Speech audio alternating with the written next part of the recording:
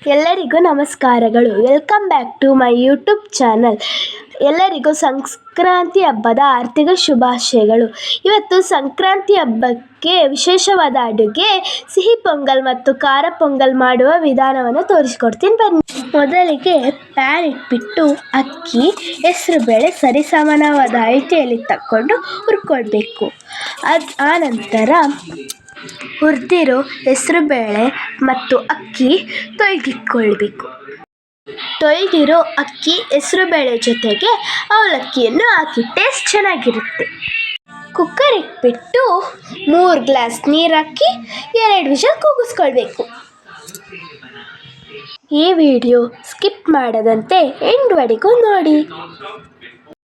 ಈ ವಿಡಿಯೋ ಇಷ್ಟ ಆದಲ್ಲಿ ಲೈಕ್, ಶೇರ್, ಸಬ್ಸ್ಕ್ರೈಬ್, ಕಮೆಂಟ್ ಮಾಡಿ. ನಿಮ್ಮ ಮನೆಯಲ್ಲಿ ಯಾವ ಥರ ಪೊಂಗಲ್ ಮಾಡ್ತಾರೆ ಕಮೆಂಟ್ ಬಾಕ್ಸಲ್ಲಿ ದಯವಿಟ್ಟು ತಿಳಿಸಿ.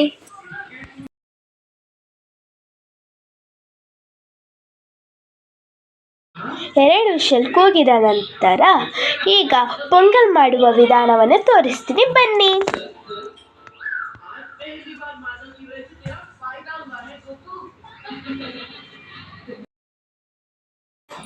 ಈಗ ಬಾಣಲಿ ಇಟ್ಟು ಎಣ್ಣೆ ಕಾದ ನಂತರ ಸಾಸಿವೆ, ಜೀರಿಗೆ,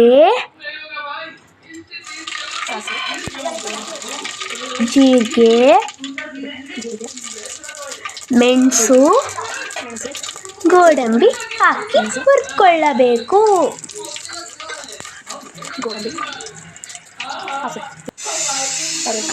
ಆನಂತರ ಅರಿಶಿಣ,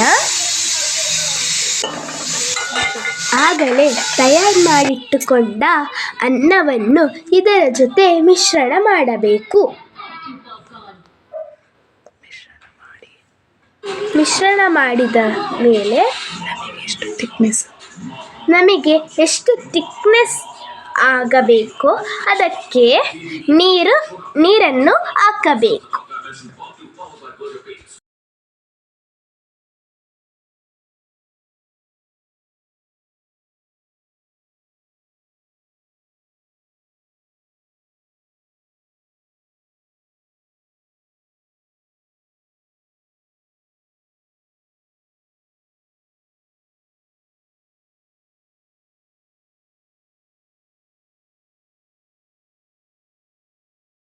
ಆನಂತರ ರುಚಿಗೆ ತಕ್ಕಷ್ಟು ಉಪ್ಪನ್ನು ಹಾಕಿಕೊಳ್ಳಬೇಕು. ಉಪ್ಪನ್ನು ಹಾಕಿದ ನಂತರ ಕೆಲವು ನಿಮಿಷಗಳ ಕಾಲ ಬೇಯಲು ಬಿಡಬೇಕು. ಆನಂತರ ತಯಾರಾಯಿತು ಖಾರ ಪೊಂಗಲ್. ಈಗ ಸಿಹಿ ಪೊಂಗಲ್ ಮಾಡುವ ವಿಧಾನವನ್ನು ತೋರಿಸಿಕೊಡುತ್ತೇನೆ ಬನ್ನಿ. ಮೊದಲಿಗೆ ಬೆಲ್ಲವನ್ನು ಕರಗಿಸಿಕೊಳ್ಳೋಣ.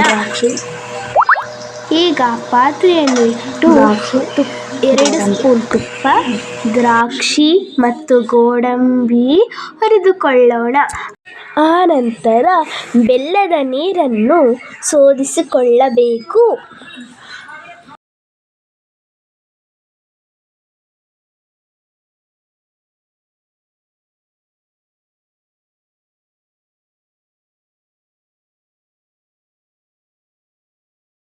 ಮುಂಚೆ ಅಕ್ಕಿ ಮತ್ತು ಹೆಸರುಬೇಳೆ ಹುರ್ಕೊಂಡು ಅನ್ನ ಮಾಡ್ಕೊಂಡಿದ್ವಲ್ಲ, ಆ ಅನ್ನವನ್ನು ಸ್ವಲ್ಪ ಸಿಹಿ ಪೊಂಗಲಿಗೆ ಹಾಕಿ ಮಿಶ್ರಣ ಮಾಡಬೇಕು.